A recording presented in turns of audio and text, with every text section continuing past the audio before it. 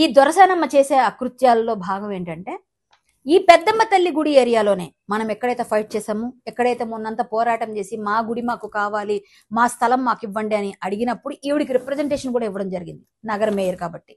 కానీ ఆవిడ ఏం చేసిందంటే, మీరు నా ఇంటి గుమ్మం కూడా తొక్కొద్దు, నా ఇంటి గుమ్మాన్ని తొక్కడానికి కూడా సరిపోరు, ఎందుకంటే మీరు ఇక్కడ మీరు అనుకున్న విధంగా నేను చెప్పినట్టుగా మీరు ప్రవర్తిస్తేనే మీరు గుమ్మం ఎక్కాలి, లేకపోతే రావద్దు అని కూడా కొన్ని వార్నింగ్లు ఇచ్చారు.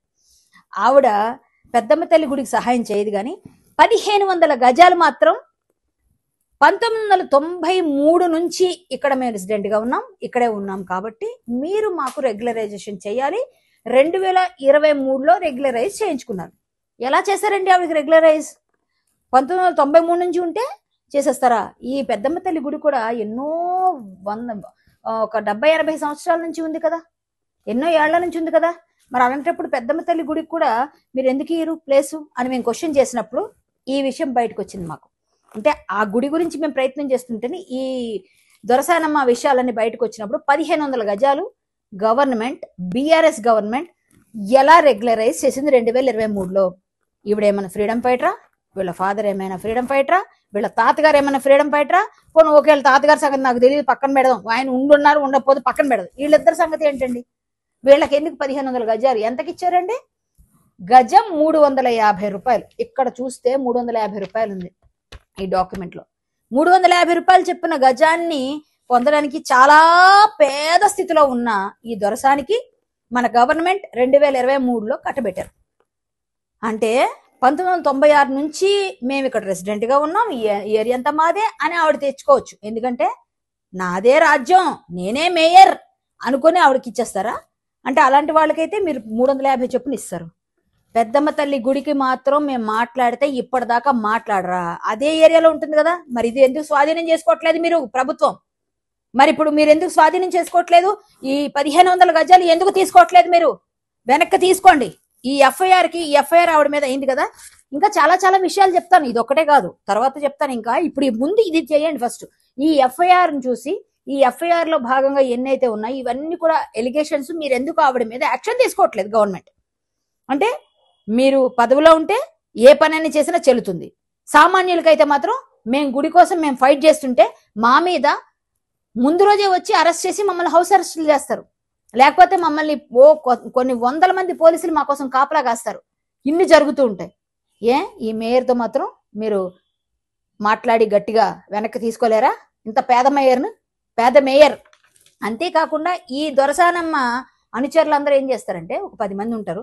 ఆ 10 మంది కూడా అక్కడ చిన్న చిన్న చిరు వ్యాపారులందరూ వచ్చి వారం శనివారం సంత నిర్వహించుకుంటుంటే ప్రతి ఒక్కరి దగ్గర 100 రూపాయలు కలెక్షన్, ఒక 40-40 వేలు కలెక్షన్ వారానికి. ఈవిడ పైన సరిపోదా శనివారం అనే విధంగా చాలా చాలా ట్యాగ్ లైన్లు పెట్టి పేపర్లలో కూడా పడినా కూడా మనం పట్టించుకోలే. ఆవిడ గురించి పేద కుటుంబీకులు కేకే వారసులు అని రాశారు. మీకు అర్థమైంది కాబట్టి చెప్తున్నా ఎవరన్నది. మరి అప్పుడు కూడా పట్టించుకోలే. అంటే ఇవన్నీ పేపర్లో వచ్చినా, టీవీలో వచ్చినా, మన జర్నలిస్ట్ సోదరులు పెట్టినా, ఈవిడ 350 రూపాయలకి ఇంత గట్టిగా ఈవిడ చేస్తున్న ఈ దంద 350 రూపాయలు చెప్పని 1500 గజాలు తీసుకున్నారు. ఏమండి, మా గుడికి మీరు ఇవ్వడానికి మాత్రం మీకు ఇబ్బందిగా ఉందా? 2 లక్షల రూపాయలు 2 లక్షల రూపాయలు గజానికి ఇస్తేనే మాట్లాడండి అన్న తహసీల్దార్. ఏమ్మా తహసీల్దార్ గారు, దీనికి సమాధానం ఏంటి? రిజిస్టర్ ఆఫీస్ నుంచి ఈసీ కూడా తెచ్చి మాట్లాడుతున్నాను నేను. ఈసీ కూడా సెండ్ చేస్తాను నేను పేపర్ వాళ్ళకి, మీడియా వాళ్ళకి. ఈసీ నా దగ్గర ఉంది ఇప్పుడు. ఇంకా కావాలంటే రిజిస్టర్డ్ డాక్యుమెంట్స్ తీసుకుంటాను నేను. ఎందుకు మీరు ఇట్లా చేస్తున్నారు అంటే, మేయర్ని అయితే అడిగే అవకాశం లేదా? మీకు హక్కు లేదా?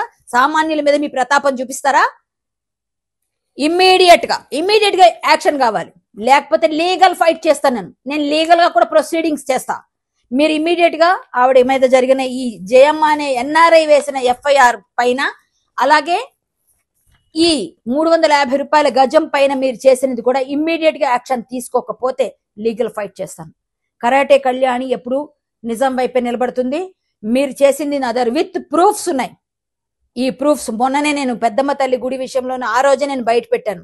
కాకపోతే మీరంతా కూడా ఆ వేడిలో ఉన్నారు కాబట్టి అది బయటికి రాలేదని మళ్ళీ ఈ రోజు ఇది తీసుకొచ్చిన. దయచేసి దీనిపైన దృష్టి సారించి ప్రభుత్వం రేవంత్ రెడ్డి గారు ఇమ్మీడియట్ గా యాక్షన్ తీసుకోవాల్సిందిగా కోరుతున్నాను. ఇదే ఎంఆర్ఓ 2 లక్షల రూపాయలు గజానికి అడిగిన మా పెద్దమ్మ తల్లి గుడికి 2 లక్షల రూపాయలు గజం కావాలి అని అడిగిన తహసీల్దార్ ఇది స్వాధీనం చేసుకోవాలి, ఈ భూమిని 1500 గజాలని కూడా. ఇది నేను డిమాండ్ గా తెలియజేస్తూ ధన్యవాదాలు. మళ్ళీ వెంటనే వీడియోలో మొత్తం అంతా ఎక్కువ ఒకేసారి చెప్పకూడదు, మెల్లమెల్లగా ఆవిడ గురించి చాలా చాలా ఉన్నాయి, ఎక్కడెక్కడ కబ్జాలు ఉన్నాయో ఎక్కడెక్కడ ఉన్నాయో అవన్నీ కూడా నేను మరొక వీడియోలో చెప్తానని తెలియజేసుకుంటూ జై శ్రీరామ్, భారత్ మాతాకి జై.